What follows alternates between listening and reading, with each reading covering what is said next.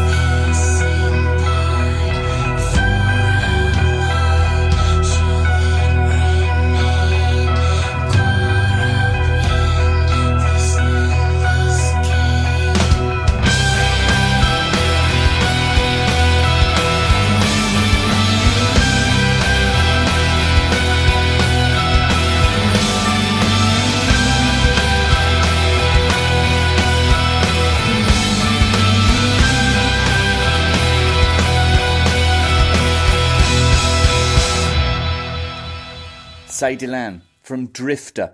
You can check out the animated video for that. That's called Shadowboxers, and stream the entire album for a limited time only at kscopemusic.com/Delan.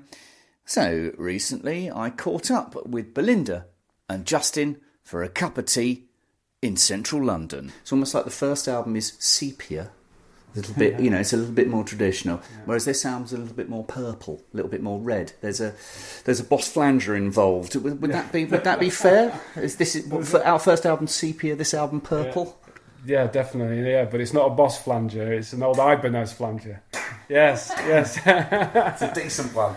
Yeah, well, yeah. Actually, it's. I got it for. Actually, it's a hand me down from my dad. I found it in his attic, and it's. I did actually. Weirdly enough, I did actually use it on this album. So there's a bit of that.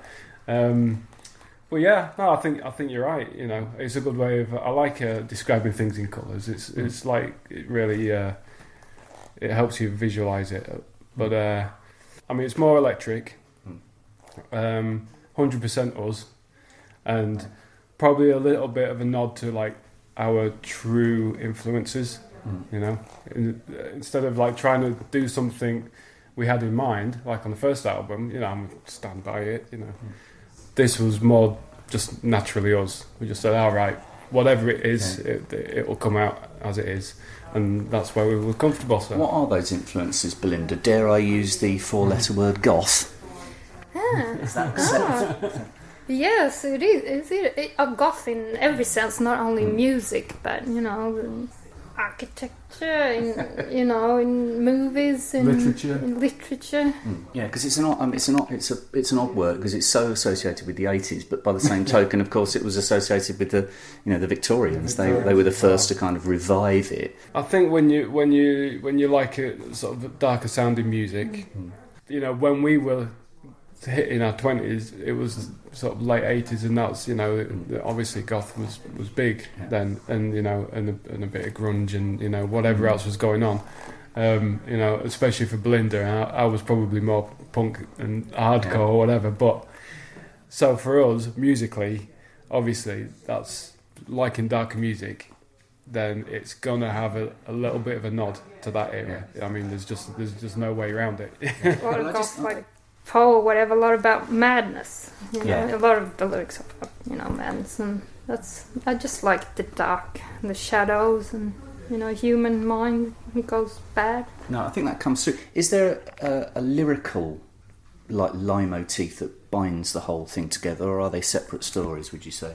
Well, a lot are about kind of madness in one sense. You have to how you cope with yourself, how you live with yourself, and how you fight shadows, and all that stuff. Okay, you two are very close. Now, when songwriters write, they often write about relationships. That is a trope of songwriting, like it or loathe it. Is that therefore difficult for you two to write about relationships, love? There's one song, I won't say which one it is. There's one song that kind of is about that, but yeah, again, it's not lovey-dovey in any sense, but it's. Oh, you can figure out which one. I don't even know which one it is. I shall listen to it. Yeah, I'm joking. I shall listen to it in a different way. Yeah. What are the advantages then of being close when you're collaborating on a record? That you can argue about something and it won't matter, because we know each other inside and out, really. So if we fall out about something musical, it doesn't affect anything else, but we don't really. That's the thing. I say we fall out. We don't fall. But there has to be a creative tension, I guess, doesn't there? Yeah, sometimes. Yeah, well, of course there is. But it'd be boring, It'd kind of be too easy if we didn't have different opinions about certain things. But whatever we argue about, it always ends up good. Always ends up her way. Good. We're right. Excellent. I'm glad to hear. Fear no ghost. Fear no ghost. Taking my time to understand what's going on.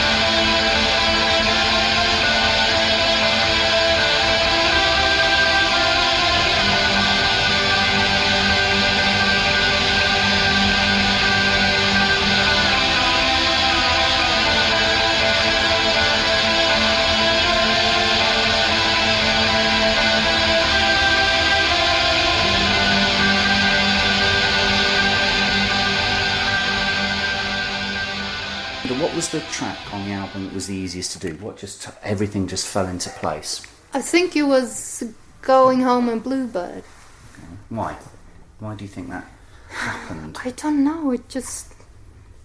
It's hard to say. Going home is about going home to after this, to another place. If it's there, if it's darkness, or if angels are singing, And Bluebird is about you see God in everything. Okay. Always does it exist. What then, Justin, was the opposite of that? Conversely, what was the squeaky wheel? What nearly didn't make it? Possibly the last. It was probably the last two songs that we finished, which was In Obscura and what was the other one we were working on? Gently Bow Out. Gently Bow Out. Sorry, Okay. yeah, that's the one.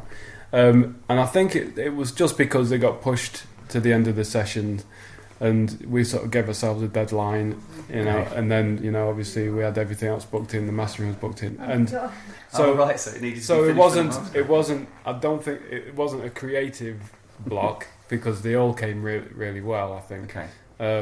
I think it was just that we sort of all of a sudden went, we haven't got much time to do this, but I mean they all sort of fell into place pretty naturally. Surprisingly, actually. Okay, cool. Because the way we recorded it was just it's basically just us two and a friend of ours, Richie, who was engineering it, and his home studio in the converted cowshed, and it was such a nice vibe. We'd go over there, so it was surprisingly easy. Because I wondered about the sound of it, because you can really hear the tape hiss, and you can hear you can hear the room. I wonder where it was. Yeah, it does sound like a cowshed. You can hear. Was that deliberate or accidental? The fact that you can kind of hear the room. It was deliberate to leave it on. Okay. Yeah, it wasn't deliberately captured that way. Okay. It was basic. I'd say the only rules to doing this recording was let's just do it naturally. And raw. And raw. Not and drenched in reverb, the vocals or the music. Yeah. So it really comes through. Don't clean it up. Don't Yeah. If it sounds a bit rough, it's okay because this is So it's purple and it stinks a bit. Yeah. It's got a bit of funk about it. Finally, then you obviously brown. the last one was sepia. This one's sepia in a different way. But finally, then you're down, obviously doing your photo shoot and hanging out with the label and hanging out with me. Yeah. What are the differences between where you're from and coming down to London for the day to that London? Oh, wow. Well, you don't scrap your tears down here. We don't really come to London very much, so we've spent our time, haven't we? I mean, Belinda being from Stockholm, and and now we live in the countryside. I know which I prefer. I've done my time in the cities. So I don't know. I mean, it's just that. Well, it's a different world. It's us and the animals. We love it. Yeah. We got 8 cats. 8 cats? You're turning into a cat lady, Belinda. Why have you got 8? How did you end up with 8 cats? There's a 3-legged one, Tigger, who lived out on the streets, but he wanted to move in, so we opened a house. They do. And then there was a pregnant Bengal mama who had nowhere to live, so we took her in, and she had kittens. Oh, so some of them are related, which means they get on okay then? Because they don't like each other, cats. Well, we got, the little boys, the Bengals. Yeah, we've kept 2 of the little Bengals. So because it said that if they brought up together, they're okay. Yeah. And well, in actual, we had 5 cats before, right? And they were all kind of related in their own way. Okay. But they've all integrated really well, actually. But it's funny because by chance, I moved back into the village where I grew up, so my folks live just down the road. Right. And some of the cats like to be at their house because they know that we go there. So it's like a perfect world for them. So so this album we've got it then. It's feline, funky, actually, and purple. There is actually there's a song on There's a song the about album. about cats. Yeah, so it is relevant. Which song is that? It is. I forgot. What's it called? Great idea. I owe it to you.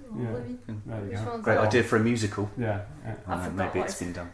That the animals give you so much love. Yeah, totally. Yeah. Although cats, I think, control you. I think you're the master of a dog, but the cat is the master of you. They've trained you. Well, Yeah, well, our life revolves around cats. I think. Yeah, does it in my house as well.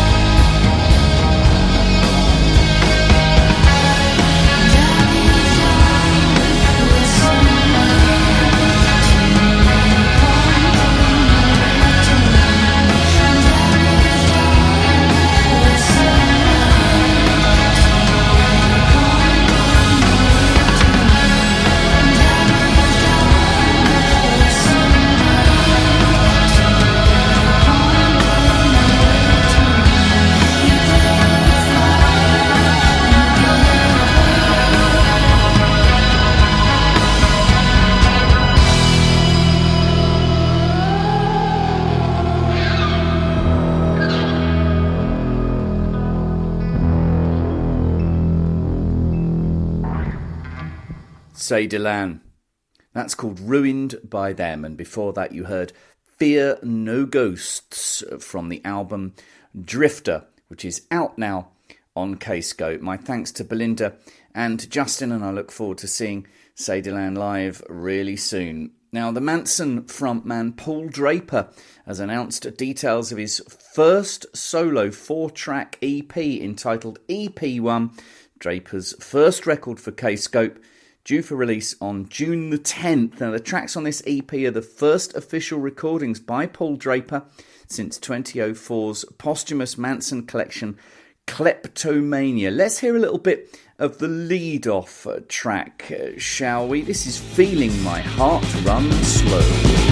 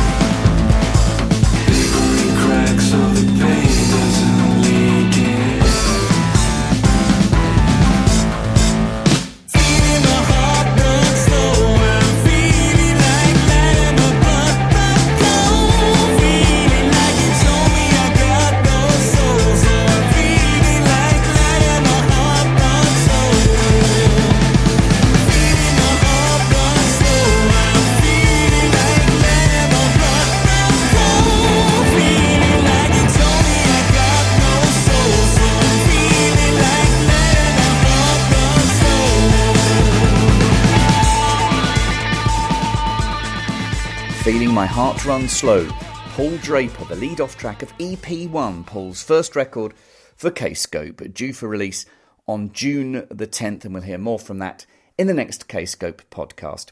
Now, Kscope are delighted to announce the release of the debut album from Old Fire, a project fronted by John Mark Lapham of the Earlies, featuring contributions from members of Pearls Before Swine, Gem Club, His Name Is Alive, Swans, a mixture of Lapham originals and obscurities by other artists, cover design by the Grammy Award-winning Vaughan Oliver, who did all of those great 4AD covers, of course. The album is called Songs from the Haunted South. It's out on Kscope on the 24th of June. Here's a little teaser for you.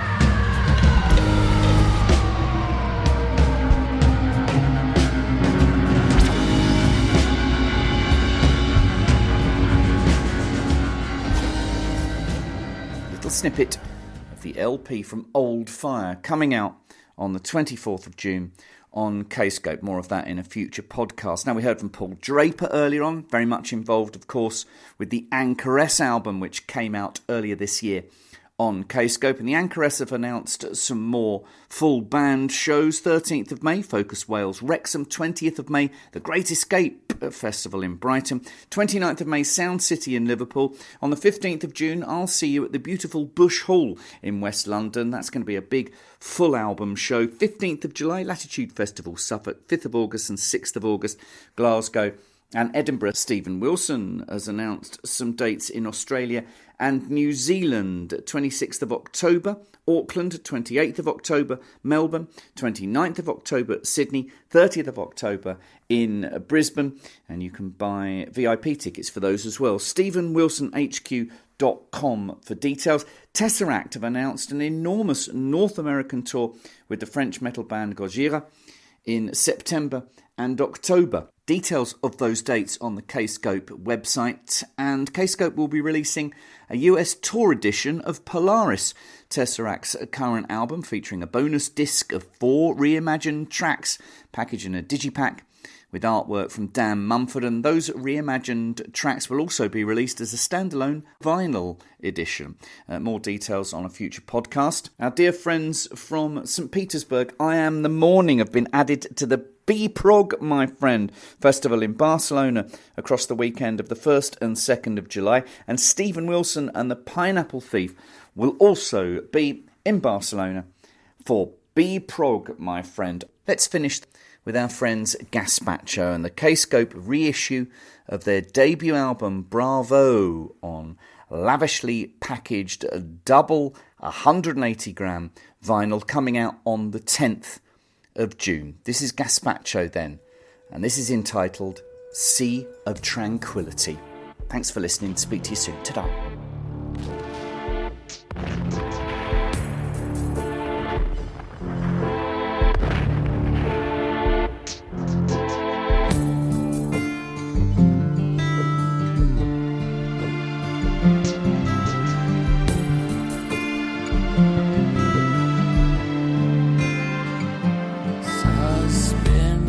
Suspendedness in timelessness, too cold to be outwaltzing, submerged within, beneath my skin, a bullet in the ocean.